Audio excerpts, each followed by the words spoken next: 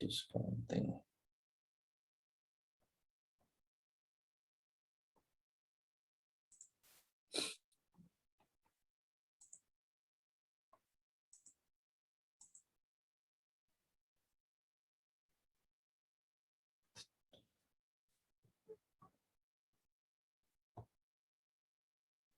Oke, hari ini kita akan belajar tentang discounting.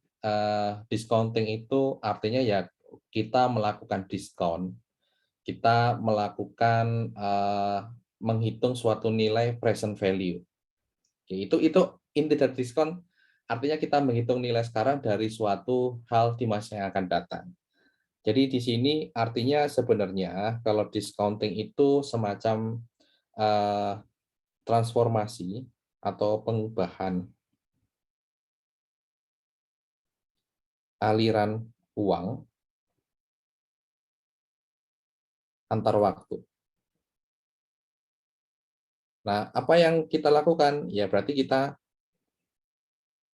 aliran uang, aliran yang di masa yang akan datang, aliran di masa yang akan datang,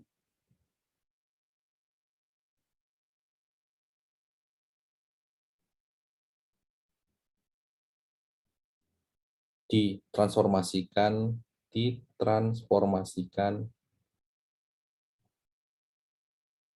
ke nilai saat ini. Pokoknya intinya itulah, kalian telah melakukan ini dan kalian telah menjumpai ini di berbagai macam mata kuliah.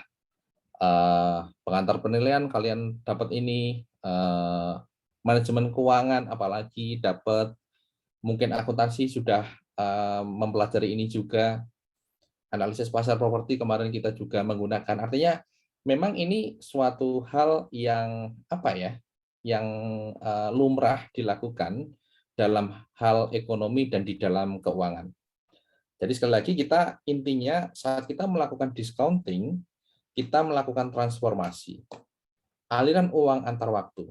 Jadi aliran uang di masa yang akan datang kita transformasikan ke nilai saat ini. Itu pengertian umum dari discounting.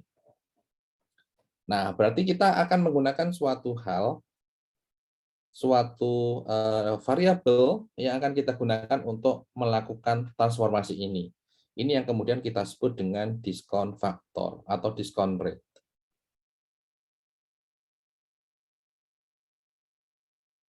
Nah, prinsip dari discounting, kenapa kita melakukan discounting ini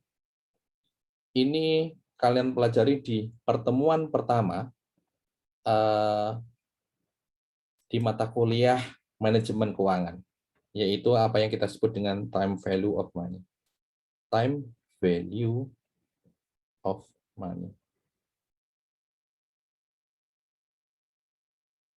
Saat kita bicara tentang nilai waktu dari uang, time value of money, maka uang yang kita peroleh saat ini,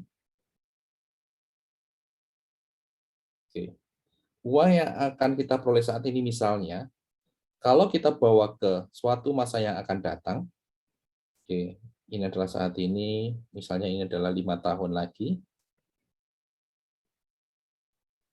ini nilainya tidak akan sama, gitu ya. Nilainya tidak sama. Tentu kalian sebagai pribadi yang rasional pasti akan tahu bahwa nilai 1.000 saat ini itu akan lebih besar daripada 1.000 yang akan kita peroleh di 5 tahun yang akan datang. Nah, kenapa nilainya tidak sama? Kenapa ini lebih kecil? Ini bisa kita jawab dengan beberapa hal. Oke, intinya yang pertama kita jawab dari hal opportunity cost.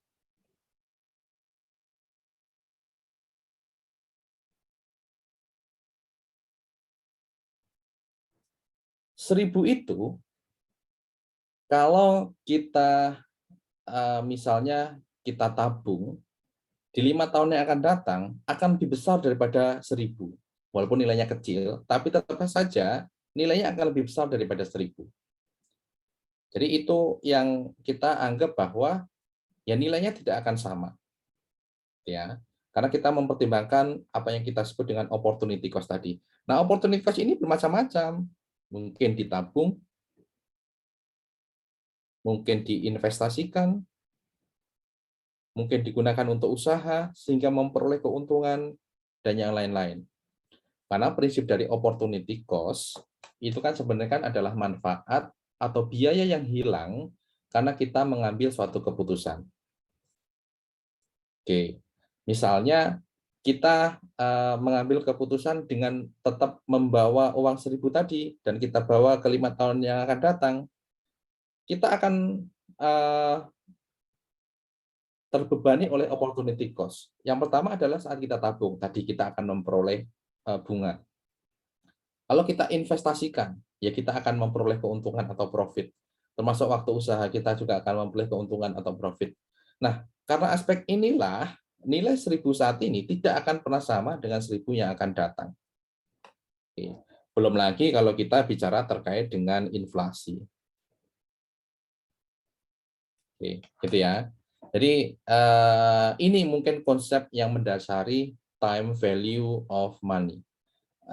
Nilai waktu dari uang yang menjadi hal mengapa yang melatar belakangi kenapa kita perlu melakukan discounting, kenapa kita melakukan transformasi aliran uang antar waktu, kenapa harus aliran uang di masa yang akan datang kita transformasikan ke nilai saat ini, gitu ya, karena prinsip dari time value of money tadi. Nah, ini sering kita jumpai dan mungkin saya tidak akan membahas deh. Ya oke lah, saya akan menyinggung sedikit deh karena di slide juga dijelaskan. Dengan adanya discounting, nilai dari future value suatu nilai di tahun atau periode tertentu ini akan dibawa ke nilai saat ini. Nilai dari present value.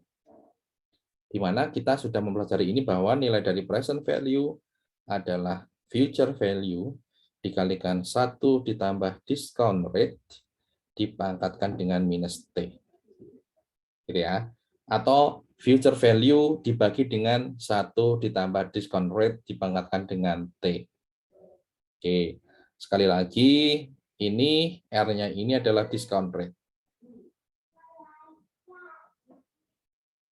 Oke, dan T-nya ini adalah waktu gitu ya.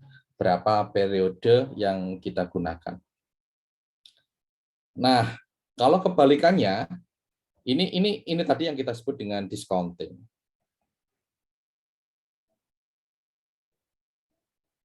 Nah, kalau kebalikannya saat kita membawa nilai saat ini, jadi nilai saat ini kita bawa ke future value, ini istilahnya macam-macam, tapi ada yang menyebutnya sebagai compounding. Oke, dan kita tahu bahwa future value ini adalah present value dikalikan 1 ditambah R dikalikan dengan dipangkatkan dengan T, gitu ya. Itu prinsip dari discount value. Nah, nanti kita akan membahas nih terkait dengan discount rate dan sebagainya. Nah, selain dari present value dan future value, selain dengan hubungan ini, yang perlu kita diskusikan dan kita perlu pahami adalah terkait dengan apa yang kita sebut dengan net present value. Saya gambarkan suatu aliran.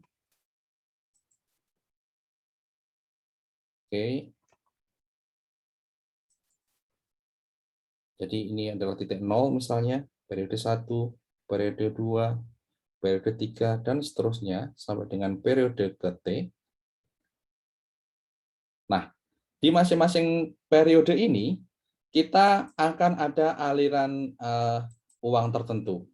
Ya, di masing-masing periode sekali lagi ada aliran uang tertentu.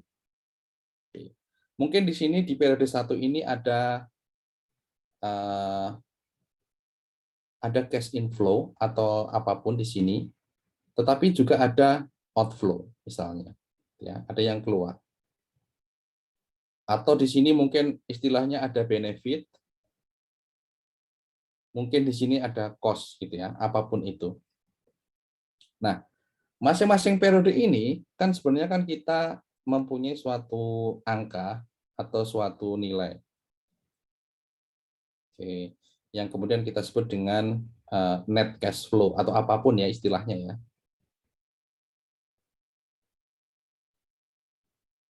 Nah, di sini juga ada nih net cash flow di tahun kedua, di tahun ketiga juga ada net cash flow-nya di tahun ketiga, oke, dan seterusnya. Nah, prinsip dari net present value sebenarnya kita itu membawa net cash flow tadi ke nilai sekarang. Oke, jadi semuanya kita bawa ke titik nol.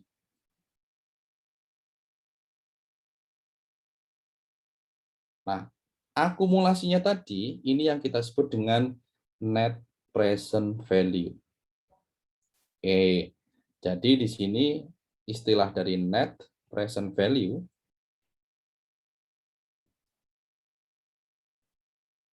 atau kita sebut dengan NPV ini pada dasarnya merupakan suatu penjumlahan sigma dari T ke 0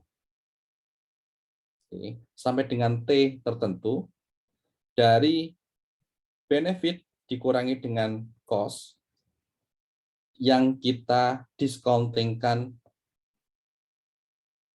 sebesar 1 plus R pangkat T gitu ya. Ini net present value. Kita bisa menggunakan Excel atau apapun, tetapi konsepnya adalah seperti ini. Oke. Nah, kemudian mungkin yang menjadi pertanyaannya adalah mengapa penilaian SDA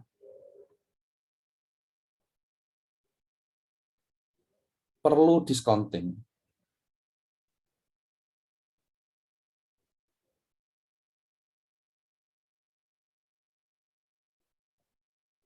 Oke. Ini yang mungkin menjadi pertanyaan, kenapa sih penilaian SDA itu memerlukan pemahaman terkait dengan discounting ini? Karena gini, karena ceritanya adalah saat nanti kita melakukan penilaian, aliran manfaatnya atau aliran cost-nya itu akan lebih dari 1 tahun. Oke, aliran dari benefit mungkin nanti yang akan kita ceritakan, atau mungkin aliran cost atau ada cost dan sebagainya. Ini periodenya lebih dari 1 kali, gitu ya.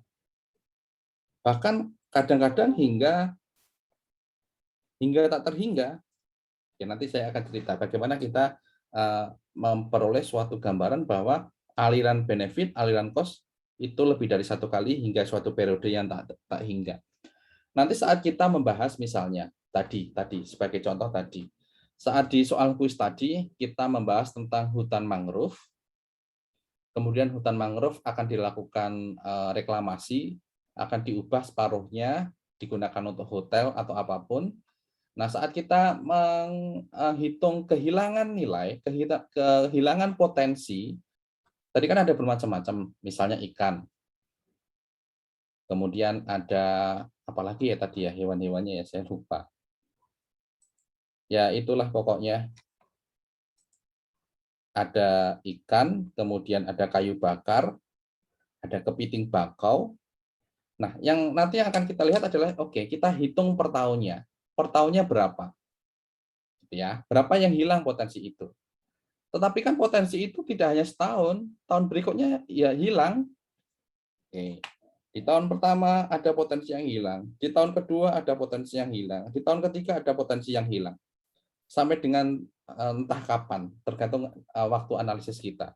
Nah, untuk menghitung total dari nilai potensi yang hilang, ya semuanya ini kita discountingkan, gitu ya. Semuanya kita discountingkan. Oke, itu pentingnya kenapa kita perlu mempelajari discounting. Walaupun nanti mungkin di soalnya adalah berapa potensi kehilangan dalam 1 tahun misalnya. Kalau dalam 1 tahun ya kita hitung 1 tahun aja, kita tidak melakukan discounting. Tetapi kalau saat yang ditanyakan adalah nilai dan itu tidak terikat berapa tahun, ya kita perlu menganalisis selama periode analisis dan kita discountingkan. Oke, dengan diskon rate tertentu. Oke, itu ya. Termasuk saat kita nanti melakukan gini. Saat kita melakukan penilaian hutan produksi, yang mungkin yang nanti ada dapat penempatan di DJKN akan melakukan penilaian hutan produksi. Saat kita melakukan penilaian hutan produksi, saat kita datang ke hutan produksi itu dan kita nilai berapa potensi dari hutan produksi ini, maka yang kita lakukan adalah kita tidak hanya mencacah jumlah kayu pada saat itu, misalnya utamanya adalah kayu. Kita tidak mencacah kayu pada saat itu, tetapi kita akan hitung setiap periode. Jadi tahun ini berapa yang akan ditebang, tahun berikutnya berapa yang akan ditebang, berapa yang akan ditanam kembali, akan ditebang kembali ke tahun berapa, dan seterusnya. Kita akan mempunyai cash flow per tahun. Dan kita anggap bahwa hutan produksi itu akan lestari. Artinya, nanti kita akan bahas sepertinya ada. Oke, enggak ada. Oke, mungkin seperti ini gambarannya. Saat hutan produksi tadi, jadi per tahun ini ada yang ditebang, ada biaya yang keluar untuk penanaman dan sebagainya. Oke. Tahun kedua ada yang penebang, dijual kayunya, keluar berapa. Tahun ketiga mungkin tidak ada yang ditebang, tetapi ada uang yang keluar misalnya untuk penanaman dan sebagainya. Ini kita analisis misalnya dalam jangka waktu 30 tahun misalnya. Tetapi analisis kita tidak berhenti di sini. Kita perlu mengasumsikan bahwa hutan ini akan lestari. Hutan ini akan terus seperti itu hingga masa yang tak hingga, gitu ya. Tetapi batasannya adalah di angka 30 tahun ini. Makanya di angka 30 tahun ini ada yang kita sebut dengan terminal value. Ini anggapannya sebenarnya adalah suatu nilai sampai nanti entah kapan tak terhingga, kita lihat di tahun ke-30 itu.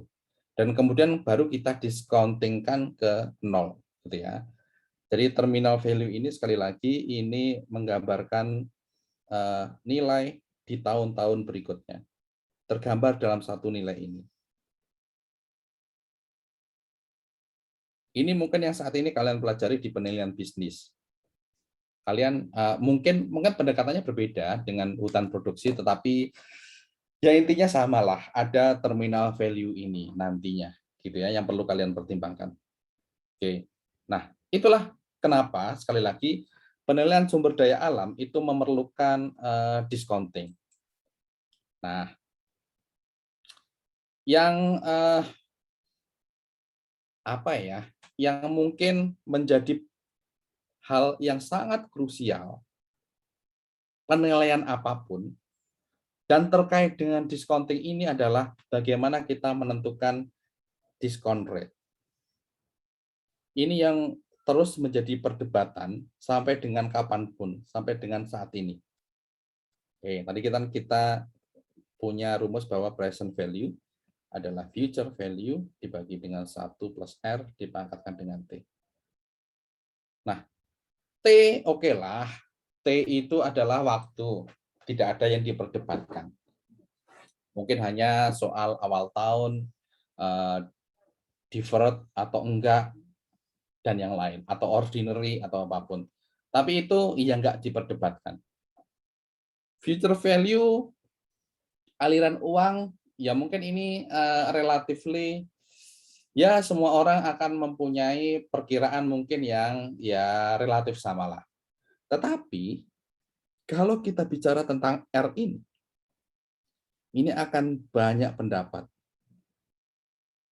Apa sebenarnya yang kita gunakan untuk menghitung diskon rate? Seperti misalnya saat kalian nanti ditempatkan di DJKN, menghitung discount rate, present value dari hutang produksi tadi yang saya ceritakan, bahkan di panduannya pun dibebaskan. Mau menggunakan discount rate apapun boleh. Padahal kita tahu, perbedaan sedikit aja discount rate, itu akan membuat present value-nya berbeda besar. Itulah pentingnya discount rate sebenarnya. Oke, nah ini kita bicara terkait dengan teorinya dulu deh. Discount rate itu sebenarnya menggambarkan apa? Nah, ini ada dua teori terkait dengan discount rate ini. Ada yang kita sebut dengan utility discount rate.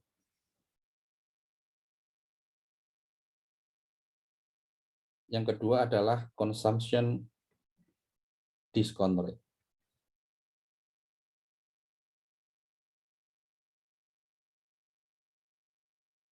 Ini disebut juga dengan social discount rate.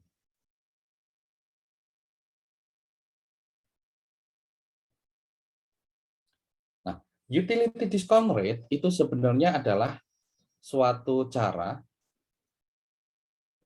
kita itu membandingkan antara utility kita saat ini dengan masa yang akan datang.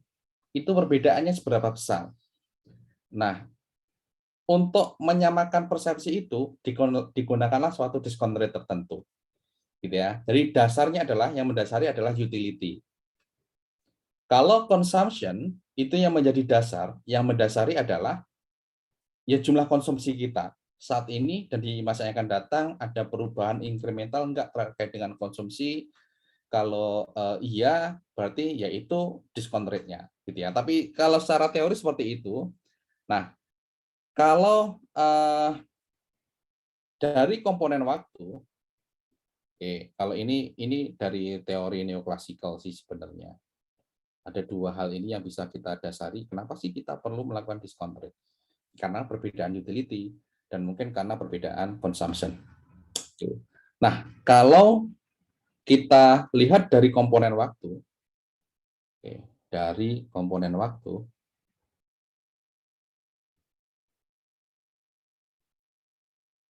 ini ada yang namanya intragenerational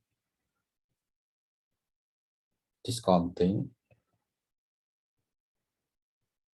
ada intergenerational. Tapi ini sekedar teori sebenarnya. Kalau intragenerasional itu artinya masih dalam satu generasi yang sama. Dalam satu generasi yang sama artinya T-nya yang kita gunakan relatively pendek. Karena satu generasi dengan kita saat kita melakukan analisis. Oke, mungkin nggak sampai ya mungkin 50 tahunan, tapi nggak nyampe 100 tahunan dan yang lain gitu ya. Tetapi kalau kita intergenerasional, artinya ini kita menganalisis dalam jangka waktu yang sangat panjang, yang lebih lama. Karena intergenerasi, bahkan mungkin kalau kita sudah nggak ada, analisisnya masih yang kita lakukan masih sampai ke rentang waktu yang lebih panjang daripada itu. Gitu ya. Itu hanya perbedaan dengan terkait dengan soal waktu saja. Nah, tadi saya yang jelaskan yang banyak opini tadi. Nah, pada praktiknya, saat kita melakukan discount rate ini, ada berbagai macam. Kita bisa menggunakan suku bunga pinjaman,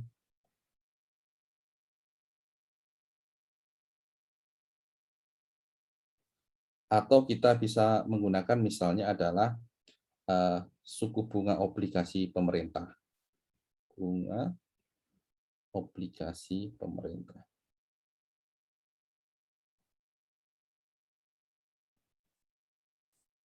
Oke, ini yang kita sebut dengan social rate of time preference. Ya memang banyak pendekatan yang kita gunakan. Nanti kalian dalam penilaian bisnis akan dikenalkan deh. Bagaimana penggunaan macam-macam. Mungkin weighted cost of capital atau apapun, average, atau menggunakan apapun nanti akan kalian pelajari di penilaian bisnis. Tapi intinya ya macam-macam dan ini masih menjadi perdebatan.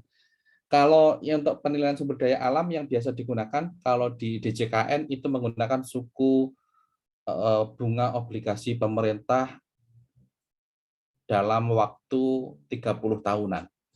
Ya, itu yang digunakan. Karena kita melakukan analisis sumber daya alam jangka waktunya lama. Jadi kita melihat deh kalau investasi opportunity cost penempatan suatu dana dalam jangka waktu 30 tahun atau lebih itu apa gitu ya.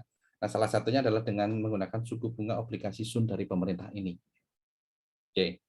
Itu mungkin ada beberapa, nanti kalian baca sendiri deh di slide, ada metode Ramsey, ada shadow price, atau mungkin kalian WACC yang kalian juga telah pelajari, apapun itu bisa digunakan sebenarnya untuk dilakukan pendekatan terkait dengan hal ini. Yang penting bisa dipertanggungjawabkan. Nah, terkait saat kita menggunakan suku bunga pinjaman, ini ada dua hal yang perlu diperhatikan. Apakah kita menggunakan suku bunga yang real ataukah yang menggunakan nominal? Misalnya ini suku bunga nominal adalah I, suku bunga real adalah R. Nah, yang sering digunakan adalah R. Kalau ada data suku bunga nominal dan kita menggunakan diskon rate berupa suku bunga real, maka kita perlu melakukan penyesuaian atas suku bunga nominal itu dengan rumus I, suku bunga nominal dikurangi dengan tingkat inflasi dibagi dengan 1 plus M. Gitu ya. Itu perlu kita sesuaikan sehingga kita bisa menggunakan suku bunga real itu. Oke. Jadi seperti itu yang yang perlu kita memperoleh perhatian terkait dengan discounting. Kenapa kita perlu melakukan discounting dan sebagainya.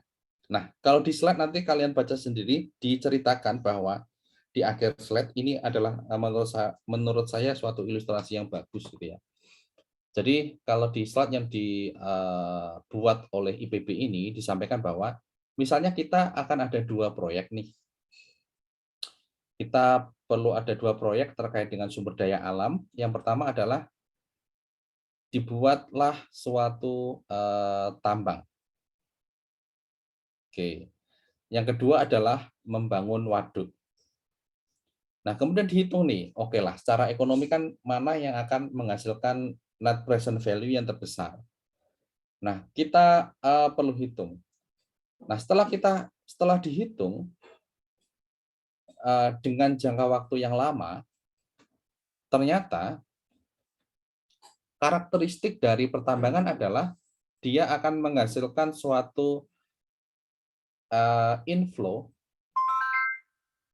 cash flow yang positif sangat besar di awal-awal periode.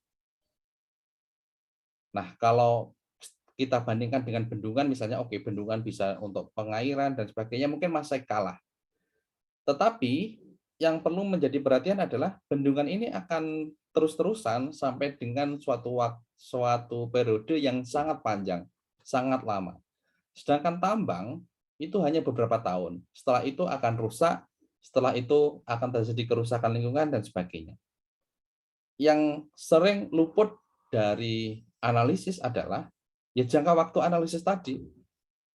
Kalau kita melakukan jangka analisis waktu yang lama, mungkin bendungan akan lebih visible untuk dibangun dibandingkan dengan membuka tambang, gitu ya. Ini suatu ilustrasi yang mungkin bagus. Ini dari suatu jurnal, gitu ya. Jadi mana kira-kira yang akan memberikan cash flow dari tahun ke tahun yang lebih besar. Oke. Kemudian dengan diskon rate tertentu, mana yang akan menghasilkan nilai present value yang terbesar. Nanti kalian baca sendiri di terakhir, di slide, hampir di slide terakhir yang telah saya bagi tadi. Oke, gitu ya. Dan nanti sekali lagi kita belum ada panduan terkait dengan discount rate, tetapi sekali lagi kalau terkait dengan sumber daya alam, praktik yang digunakan oleh DJKN adalah kita menggunakan discount rate dari suku bunga pemerintah dengan tenor 25 sampai 30 tahun. Tenor mungkin panjang di surat utang negara yang dimiliki oleh pemerintah. Oke, gitu ya. Itu gambaran kenapa kita perlu melakukan discounting, kenapa kita perlu memahami terkait dengan discounting ini dalam rangka penilaian sumber daya alam. Oke, saya rasa penjelasan saya cukup. Sampai di sini ada pertanyaan terkait dengan materi kita pada hari ini?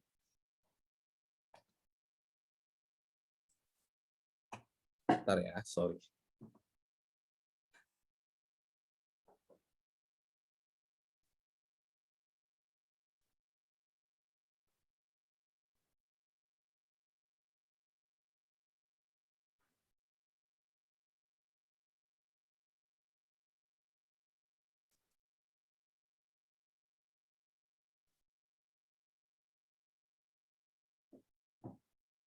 Oke, nggak ada pertanyaan?